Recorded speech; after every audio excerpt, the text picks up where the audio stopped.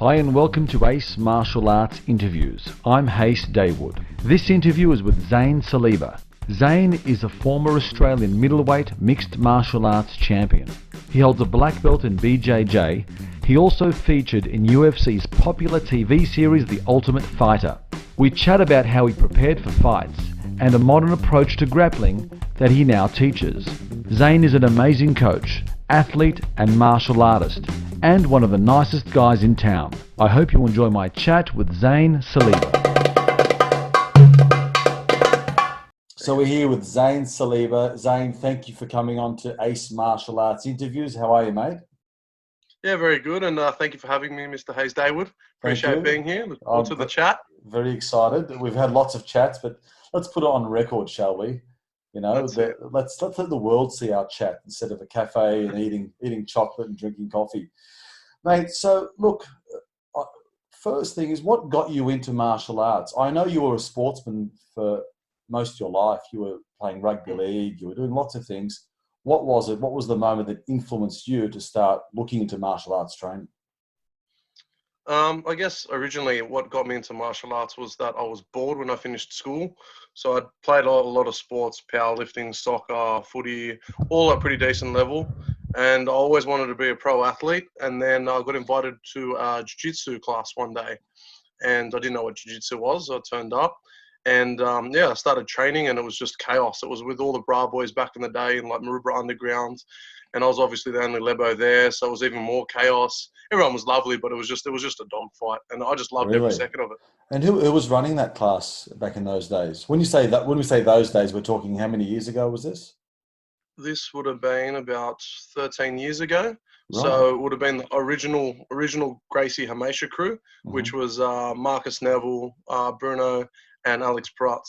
And you heard on the grapevine there's this new thing called BJJ, and that's I found out basically when I was at InSport. There was this Brazilian guy who came past and is like, "Oh, you're a big guy. You should do jiu-jitsu." And then I went one day with my best mate to try it out, and then I stuck at it. He lasted 2 classes and never came back, and that was pretty much it. Everyone has one of those friends. When I started martial arts, I went with a friend as well. Did one lesson, never came back. Yeah. When did you start taking it seriously and saying, "Look, I like this. I want to become a fighter effectively"? Or what was the journey for you? So obviously it started with me just turning up to classes. And then what I noticed was I was getting less coached than the people who had fights coming up, even though they had been there a couple of years. Mm-hmm. And I'm super competitive, and I'm like, well, they're getting coached more. So I put my hand up to fight just so I could get better faster at jiu-jitsu. Just a bit more attention. Yeah, so I was like, no, because I like to learn. I like to speed up the process. So pretty much I put my hand up, and within like a year I'd fought. I think I competed within 3 weeks, and I knew nothing about the sport. And then within a year, 3 weeks in BJJ MMA fight. Yeah, wow. 1 year MMA fight. It was on. And were you a natural in BJJ? Nah, I was terrible. I was skill-wise, I was very terrible, but I was super athletic. So the difference between most people who do jiu-jitsu is that they gas after a little while. Because I was young and I was always good at cross-country or something like that.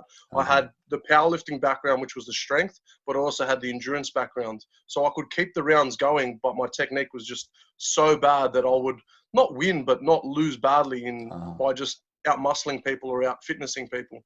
And that was very visible in your fights, that you had a greater tank than many of the fighters. You could keep going for longer. And it's really, I've mentioned this to many people, that everyone looks at combat sports as being an explosive athlete. It's so important to be speed, be fast, to be able to hit hard. But you've proven that you don't necessarily need that. If you can outlast and outlive, you will win. With the right skill, of course. Yeah, look, there's obviously different schools of thought within martial arts itself, you know. You got the first round, what I call the fast starters, and then you've got obviously guys like me who are a little bit slower to start, but better over the long run. So you got like guys like Nate Diaz, you know, who's like a perfect example of a high-level athlete, but that's full endurance. And then you got guys like Conor McGregor, which are super high level, but super fast twitch. So they'll gas out. And that's that trying to find your own skill set, your own tactics, your own timing, your own everything comes together, and you mold it in your own art form. That's what I love about martial arts. You pick and choose, and you try and make it your own. Yeah, fantastic. And what was your first MMA fight like? And Mate, I can't even remember the guy's name, but I fought in Queensland. yeah, I remember that straight into state right away. The big guns. straight into state. I couldn't get any amateur fights originally in Australia. I mean, like within New South Wales. So they put me in a pro comp that turned out to be an amateur comp on my record. But yeah, so I flew over to Queensland. I fought this Islander guy. We were meant to fight at 93 kilos. Something happened, and then he came in at 97. So we just fought anyway. And I had a karate coach, Tim, and I had like maybe 4 weeks of stand up with him, maybe another 2 weeks or 3 weeks with Hayes. Not Hayes, sorry, Mick Spinks, your Hayes, at Mix. And that was it. I had literally like 6 weeks of stand up training, and I've gone into the fight. And the whole fight was pretty much stand up, which is crazy. It's one of my best highlight reels. You're kidding me. Yeah. Oh, wow. Yeah. Well, I've got to find those highlight reels. Yeah, it would be good if I could bust it out and put it on this. I landed, I think, 14 knees consecutively in the clinch. Right. And then I basically took him down, and then I pounded him out within 2 minutes. And I remember jumping up, and I was that gassed. I had that much of adrenaline dump. I couldn't even stand. I landed, my legs buckled, and my coaches had to hold me up to celebrate. Oh, wow, fantastic. Well, if you ever find the fight, we'll put the link on the YouTube channel so people can see this this debut. Wonderful.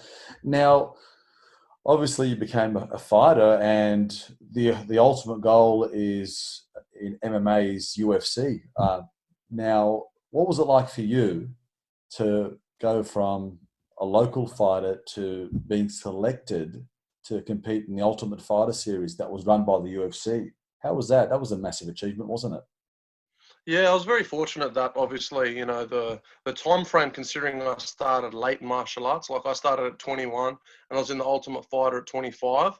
I was smart enough to realize that I had to play catch up, but also by playing catch up required more sparring, more grueling demand on the body. So I was playing catch up, but it was at a cost as well. Both, I feel like a little bit more mentally than physically. Like I felt like my body kept up considering how much volume, like I was sparring hard 4 times a week. And back then we didn't have the knowledge that we have now about sparring. So it was like I'd box 1 day a week hard and it was just like a fight. And then I'd do 2 MMA spars and that was like a war zone. And then I'd do 1 kickboxing class when, you know, like I was coming through. But to go back to your question on, you know, being selected. So the process was, I had a good record. So you had to submit online your record. And then after I've submitted my online record, I was invited to the trials at the UFC gym, which was at Alexandria. They've moved it now. And I did a grappling into like a grappling component. Then we did a pads component. And then we did a TV component. And then we did a medical component where they tested us as well. How many people were going for this? So in Australia, we were like way low on numbers. I think in middleweight in Australia, we had 20 people for 4 spots. And a lot of those people didn't even meet the criteria, were just that low on numbers. Right. And we had 40 people that got selected for the trials for the welterweight. And then I think when I was speaking to the guys in Canada, they had like 150 and 150, and they had over 1,000 applicants per weight class. Oh, but we were just struggling to get numbers. Yeah. Wow. And when you got selected, were you thrilled, or did you have a feeling you were going to get in? Yeah, look, to be honest, because I'd beaten pretty much most of the guys at the tryouts, I felt like I was a good chance. Great. But knowing that it was a TV series, I knew that personality was something that they were going to pick. Fortunately, you know, like I felt like the way Canada filmed it, they weren't filming it for drama. They're filming it to try to show the professionalism of the sport. So that was really awesome that they picked people that they felt like were decent, you know, down-to-earth people, could have a joke, have a laugh, but they weren't characters that were going to run amok and do crazy stuff on TV. Your first adventure to Canada and the first day of filming, that must have been huge. Yeah, so it was like even like, you know, so what happened was when we were about to fly off, we had a bird strike hit the plane we were meant to go on. So I had all the boys, 16 of the boys, back at my apartment in this little shoebox apartment, and everyone's just sleeping around because they got nowhere to go. So we're all back at mine because I was like about 15 minutes from the airport at the time. And then so we flew over, and just trying to get through customs obviously was a little bit difficult for some of the boys, but we finally got through. Everything was sorted. But because we delayed by a day, it was pretty much we went from hotel straight into training and fight mode. Like within 3 days of landing, the first fight had happened. And how different were the training methods in the UFC house or the Ultimate Fighter house to what you were used to? To be honest, I don't feel like they brought anything that was method-wise that was different to what we're doing back home in Australia. Fantastic. I think what was awesome for most of us in Australia was that not often do we get that crop of talent all training together for the same purpose around the same weight class. And I felt like obviously with the cameras, it forced everyone, you wouldn't have a slack session because everyone's filming. You never know what clip they're going to show. So it pushed everyone to run at like 80, 90% of their capacity rather than have like a lazier session. You went through the series and you competed in there, and would you call it a career highlight, or would you call winning your title, the AFC middleweight title, a highlight? Because I guess fighting in the Ultimate Fighter at that time was a massive thing just to get onto the show worldwide. It was a bit of a hit. So if you had to pick your title in Australia, AFC, or making it to the TV series, which one stood out for you more? I think for me, the biggest growth I had was obviously in the Ultimate Fighter series because there was that much talent and I came away that much of a better fighter in a shorter period. I feel like, say we were there 8 weeks, that 8 weeks, was basically like a year and a half worth of training. And it was more the psychology of knowing that you can hang with the best. We had like GSP come through. We had his strength and conditioning coach. We had John Bones. We had some, elite guys coaching us and showing us stuff. So I felt like that was awesome in terms of the actual experience. Obviously, I lost the fight, so I'm much happier with the result, winning the title. But the actual learning curve for me was far better than the actual title itself. Would you like to rematch with Elias, the gentleman that? Definitely. I mean, I like thinking about it. You got nothing to do but time in that house after you finish your training sessions. So I spent a lot of time, thinking about what I did wrong, how I could do better. And to be fair, obviously he had an awesome career in the UFC. He's no longer in the UFC anymore. I think he left the UFC ranked top 13 or something like that. Wow. I would obviously have liked to have fought him closer to the series finishing, but to be fair to him, I didn't earn the right. And so if I would have had to get back in the UFC, win a couple fights, and then maybe we could rematch. So I'm not one of those guys to call someone out after I've lost. I feel like, no, he's beat me, he progresses. Then I've got to earn my way back to him, that's the way it is. It's very humble of you. So you've trained with a few elite fighters now.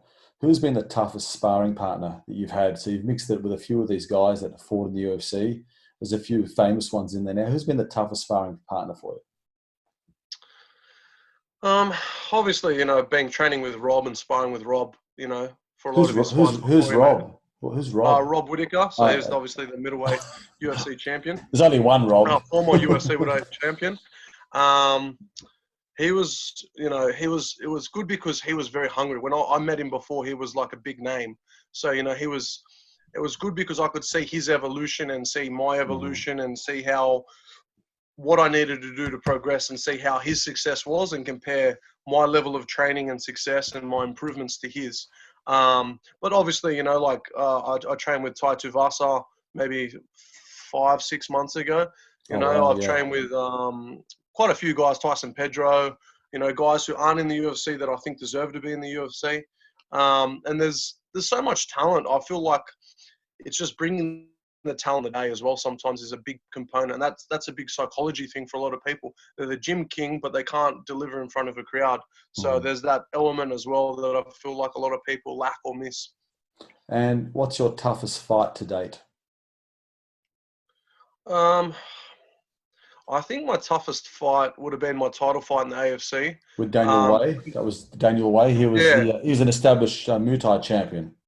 Yeah, and it wasn't tough. I don't think. Like, obviously, the actual fight itself was tough, but mentally my headspace was like half in, half out, and that's why I ended up deciding to coach more than fight, where I feel like the fight that I had with Elias, in the Ultimate Fighter, was probably the easiest fight but worst fight because I felt like it was a training run. I didn't feel like, because there's no crowd, there's no atmosphere. It felt more like okay, I'll get it next time. But it was like, and then afterwards, it took me a while to say, no, I should have built myself up more mentally to treat it like more deserving than what it is, you know? Yeah. So with mixed martial arts, a lot of people say they do mixed martial arts. I train MMA. I do an MMA class. But what is really behind training for MMA? What is the schedule like? You preparing to fight. What is a true MMA fight schedule like? From morning, waking up, you go to your grappling, your wrestling. Can you just walk us through your training schedule? Yeah, so I'll give you the old training methodology that I used to follow, which was in my mind now looking back was overtraining, and then I'll give you the new training. So what I used to do was I would wake up around say 9 o'clock. I'd do 2 hours of jiu-jitsu grappling, and then I'd probably just relax, go to the beach or sleep or go to work if I had PT clients. And then that's the Monday, and then Monday night I would do say a boxing or a kickboxing class, and then I would do some kind of wrestling, whether it's like cage wrestling or specific freestyle wrestling, and then we'd spar on Monday, Wednesday, Friday nights. So we'd do MMA sparring or MMA sparring mimic drills, so ground and pound drills, try and get back to your feet, wall drills. So that was like 3 hours. So I was doing maybe 5 hours on a Monday. Tuesday, I'd tape it off a little bit. That's insane. So I'd do maybe, just a 1 hour jiu-jitsu class. And then I would do a strength and conditioning day on a Tuesday, like maybe 1 or 2 hours, depending on my time frame. And then I would do, I think kickboxing. I was doing kickboxing back then. I would do the kickboxing class, and then I'd do the kickboxing sparring after that. And then Wednesday would be the same as Monday. Thursday would be the same as Tuesday. And then Friday was a little bit lighter, just depending how broken down my body was. And then, so sometimes I'd spar really hard. Sometimes I wouldn't. So that would be the day I'd go to boxing instead of going to kickboxing. And then Saturday we used to spar at 9 a.m., which used to suck because I used to work security back then. Gosh. So I'd go finish 3 a.m., sleep 5-6 hours, and go sparring. And I was always so by Saturday and Sunday you must have been exhausted. Yeah, Sunday I was done. And then occasionally, because if I had to cut weight, because I love my food, I would cut weight. So Sunday I'd do like a conditioning session to lose it. And then if I came closer to the fights, Monday to Sunday I'd add a cardio session in the morning for the first 3 weeks of it. Just say you got an 8-week camp, I'd add that. And then I'd add an extra session of running for about half an hour on the nights, Monday to Sunday. And then depending how much weight I still had to cut, I'd add a middle session in of cardio as well. So I'd be doing, say, 3 cardio sessions plus all the strength and conditioning and all the different kind of martial arts. Wow. So that was the old school methodology. And then flip it to what I'm doing and what I'm working with the guys that I coach now. I basically give them no more than 3 hours maximum, but generally around the 2-hour mark of 1 hour of grappling, 1 hour of striking. And then they usually have no more than 2 strength and conditioning sessions. And then 1, what I call mimic sparring session, where it's like full speed, but very light intensity. So not loading up, just not loading power. So about maybe say like 50% power. And then I'll have out of say a 10-week camp or whatever it is, because we train all year round. There's no such thing as camps. But once you've got a specific opponent, it becomes a camp just so you can target what their weaknesses are and what your strengths are. But that 10-week block there, we'd probably do maybe like 5 hard spars during the middle of it, and then have like 2 to 3 weeks where we'd taper off as well, and target a more neuroreceptive recovery system so that we're good to go. So there's a lot to it, and I guess where it comes to training MMA, you really just can't go do one class for 1 hour that does all, can you? It's a multifaceted thing. You need to have your striking set up and your grappling set up at least. To claim that one class should cover everything and I'm going to be an MMA fighter is not going to work, is it? No, definitely not. I think the biggest problem that most people face is that they cherry pick what they like. And with MMA, you can't cherry pick. You've got to put in the work. And for me, it's like if you want to be the best grappler, you train with the best grapplers. You go to the wrestling gyms. I was going to Sydney Uni at the time. I was making the effort to wrestle with wrestlers. I was jiu-jitsu with jiu-jitsu guys. I was boxing with boxers. I was kickboxing with kickboxers. And I feel like most MMA guys, they'll do, as you said, that one combination class, or maybe just one, like they'll go to one gym that solves all their problems and, have got the answer for everything. And I feel like they're limiting their potential. Even myself, I tell them, the guys that I coach, that don't be limited to what's in my head. There's so much awesome stuff out there. Yeah. Just be aware that you can pick stuff up that's really good. But of course, you have to know that the person you're sourcing your knowledge from has got that background, has got that experience, has got that skill set that you're looking for. Compared to 5 years ago, 10 years ago, how do you think mixed martial arts is going in Australia? Personally, I think it's dropped off a lot. I think we had a lot more tournaments back then. There was a lot more active fighters. What do you think between now and the last 5 years? So obviously it peaked, around, I'd say 2010 was when it was really peaking. Yeah. And that was when the most hype, and obviously the UFC was promoting the most. And then obviously the market got saturated. And then you'd have what I would call the pretenders coming through for that maybe 2-3 year period. And then you'd have kind of like a drop off where, the problem I feel like especially with Australia is there's more money in footy, there's more money in soccer, there's more money in all these other sports where that's where naturally the best athletes generally will go. And the ones who don't quite make it will come across into fighting. So Rob's a perfect example. He tried to make it. Rob Whittaker's a perfect example. I feel like he was trying to make it as a footy player, but realized maybe he was a bit too undersized for footy. And so then he still had the background in fighting, and then, pursued fighting a little bit more. And, say Tai Tuivasa is another example. He used to play high level footy. And then, because of disciplinary problems and everything else, was like that little bit, on the fringe where, he could have been a great footy player, but, and then chose to go to fighting. And I feel like, especially in Australia, I think that the next generation, the wave we're going to see is going to be more like the Alex Volkanovskis, the guys that are too small to be, footy players or soccer players or whatever else. So the featherweights, the lightweights, those are the guys that I think are going to kill it, in Australia. You guys got Martin Nugent, who's in 1FC, two-time champ. So there's lots of guys that I feel like, especially the lighter weight classes, will succeed much greater, but it has dropped off.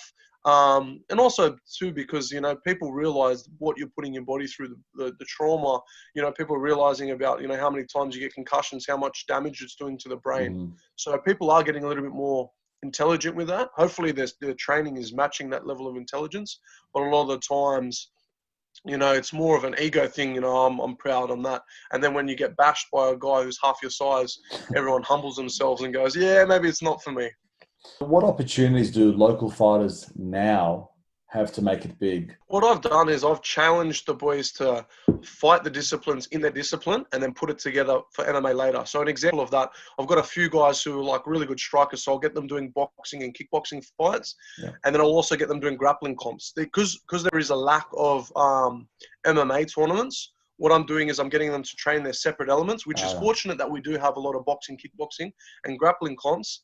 And then, because there's only, say, maybe 8 to 10 potential tournaments of MMA or amateur MMA, that's when I'm, maybe selecting three times where that's their focus. And then they're starting to gel their skill sets together. And then they'll have an MMA fight, and then they'll have a break. Like, I'll get them to actually actively take a break on terms of, we're not going to get you another MMA fight. Let's work on what you did wrong so that you can get better. So just say they got taken down 3 times in their fight. Before I set them another amateur MMA fight, I'll get them going to grappling comps to level up in their grappling. So that way, when they come back, they're more well-rounded. So here's a big question for you, Zein. For the beginner that's never done anything before and they want to become an MMA fighter, what should they do first? Learn how to strike or start grappling? Mate, I think this is the big question for most people, and it really comes down to preference. Most people, like especially Australia, I'd say most people prefer striking. They're still not as common to grapple, but obviously grappling's come a long way in Australia in terms of exposure. I see a BJJ school in every corner now. There's more BJJ schools than McDonald's. Yeah, well, that's the thing. That's what I'm saying. Like if you look at the history of Australia, it's more boxing, kickboxing. Traditionally, you've got John Wayne Parr, and he's obviously a kickboxer. You got quite a few, obviously, Costa Zoo, all those big names in terms of different sports. I'll probably say in the last 8 years, jiu-jitsu's really picked up. Yeah. And I feel like for most people, I always tell people, do what you love the most. If you want to, if you're enjoying striking, strike. If you're enjoying boxing, box. But this is where the question that I always tell people is, if you don't want to be disciplined enough to put in the work in the element that you're not good at or that you don't like, just stay in your sports stream. Stay in your boxing. If you like boxing, stay boxing. Don't say you're an MMA fighter. You know, and I feel like that's where a lot of people are getting confused because they're like, oh, man, I'm going to knock this guy out, but they've never done a double leg in their life. So, and that's where a lot of holes are happening. Yeah. So what's your training schedule now? Are you still quite active? Look, are you craving jumping back in the cage, or are you just training as a martial artist now and keeping fit and healthy? What are you doing these days? Now I'm just training as a martial artist, keeping fit and healthy. I mean, I go through moments where I like go back to old school Zein, and I'll do like, 15 sessions that week or 16 sessions that week. And then before I'd keep that on for like 10, 12 weeks. Now I do it for like 2 weeks. And then I'm like, then you see a block of chocolate. You see a block of chocolate and you go, you know what? This fighting business, don't worry about it now. Yeah. Well, that was, I think the biggest thing for me that I lacked was discipline with diet. Looking back at my career, I would, go from say 105 kilos to 84 kilos in 6.5 weeks, but then put it back on 20 kilos in like 4 or 5 days. So I've always been that little bit weaker when it comes to the diet side. One of the craziest photos I've ever seen is you with a drip in your arm after cutting so much weight before. Was that the last fight, the Daniel Way fight? Yeah, so that was the Daniel Way fight. It wasn't actually, I didn't cut that much weight. It was funny because that fight, what that was from me being an Ultimate Fighter. So in the Ultimate Fighter, I walked around at fight weight, 83, 84 kilos. When I fought Elias, he came in, so he weighed in at 83. He weighed in that day at 94 kilos. So he was 11 kilos heavier than me on fight day. Okay. So that was where I was like, okay, I've got to add that advantage. That's why they cut the water weight. That's why they do the IV drips. So that's what I did with Daniel Way. And it was funny because we both were in the same IV place together getting our IVs done. I think he ended up being 98 kilos on the day, and I was like 93 or 92. Oh, you're so kidding. Still a little bit of a gap. Yeah. He was quite tall. So he was. I think he's 6'4". Loveliest dude. We're having a laugh at the back. Loveliest dude. Nothing but time for him, man. Awesome person. But yeah, it was crazy. Crazy to the photos and looking back. And I always say to people, it's like a POW camp. I always laugh and I joke and I'm like, people don't give enough credit to like how much just the weight cuts up. Oh man. So what do you love most about martial arts? I think for me, I love the complexity. There are a few things, but the complexity of it, so that you're always constantly skill building and adding.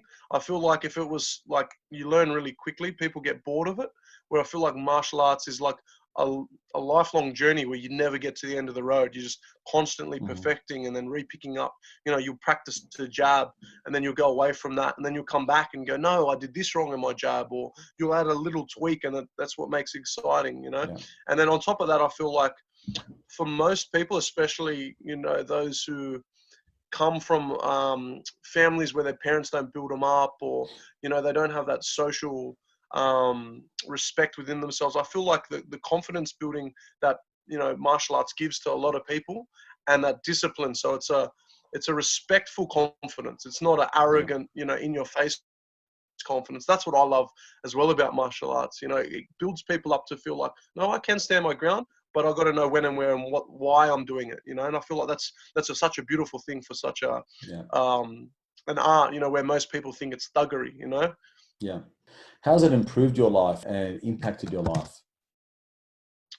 Well, the best thing for me is it's given me direction and routine. I think what flows out of martial arts can be applied to any part of your life. And that's what I speak about when I'm coaching or whatever I'm doing. I tell the guys, I go, if I look at my martial arts as an example, if I want to be a good businessman, I've got to find the business that I want, whether it's PTing or whatever it is, a plumber. And I've got to find someone that's going to mentor me through that. And that's what martial arts teachers used to find out the best coach. So, I was fortunate. I had at the time, the best, wrestling coach in Australia. I had the best kickboxing coaches in Australia. I had the best boxing coaches in Australia. I sourced what I could and what I thought was the very best in Australia at the time.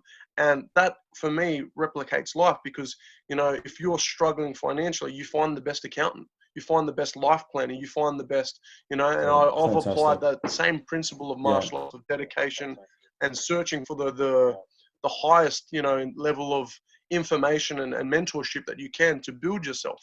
So I feel like that's an awesome thing to have, learning that's carried over to real life. It's fantastic. And you're definitely a martial artist for life, Zein. From what I've seen over the years, you're one of the most humble martial artists or people I've ever met.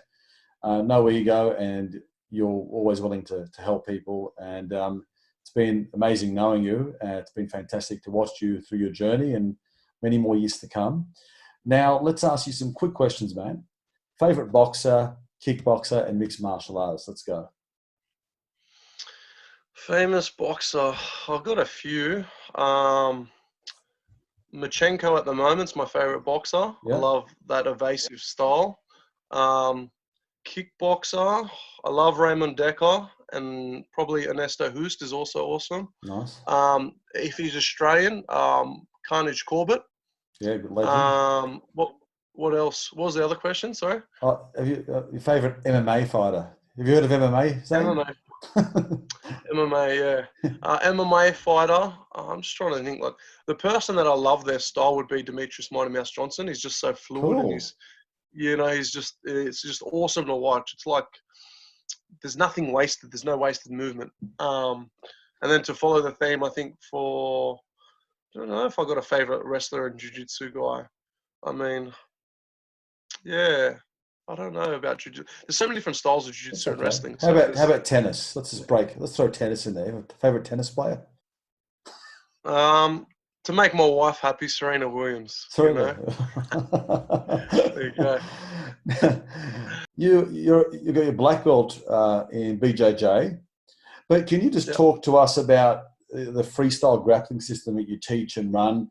You've done some wrestling, some judo in the past. So how do you teach the grappling now these days? So my goal has always been to have the mindset of combining all the arts, obviously, and, not picking out what I think's best, but picking the styles that really complement each other, or not just the styles, but the movements that complement each other, that flow really well together, and trying to link them in a smooth order, so that you go from, say, a judo throw into, say, a single leg, which is a wrestling, into, some kind of attack when you're on top, whether in half guard for jiu-jitsu. So it's about combining all those styles and making it as fluid and transition as possible.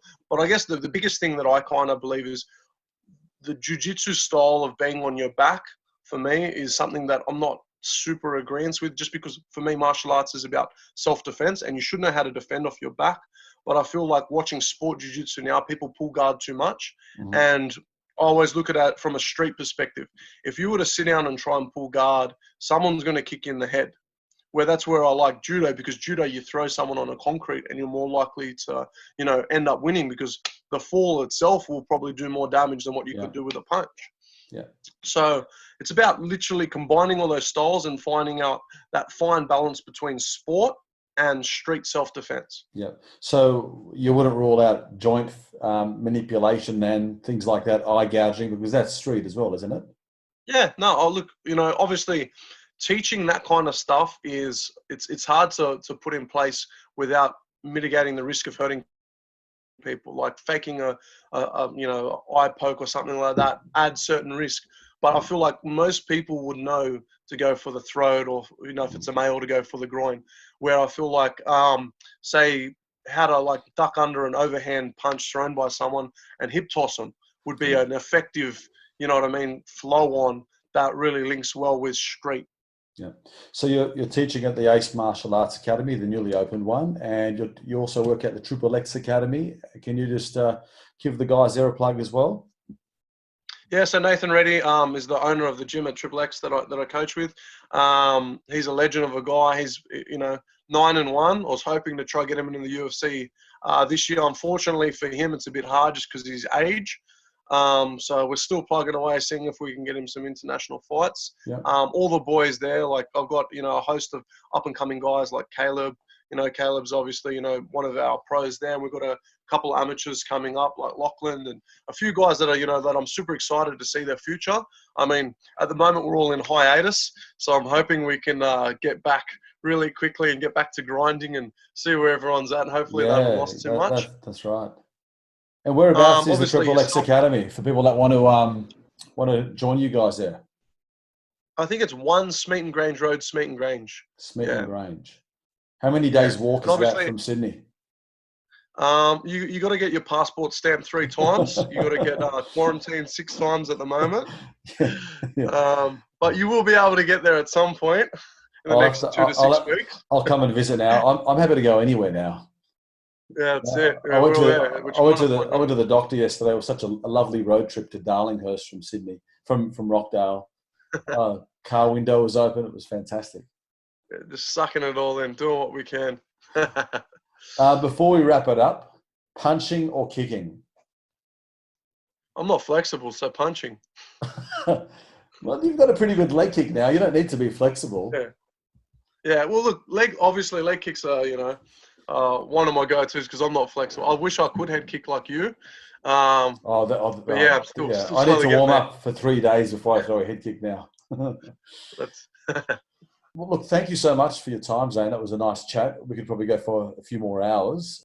All the best after we all get out of this isolation with your coaching, your career, and coaching at Ace Martial Arts. And do you still have a fan page? Is that still active on social media? I've had a fan page since I opened it, but I think I've put up maybe 2 to 4 posts for like 10 years. So it's just been sitting there just collecting dust. Oh, fantastic. If it could.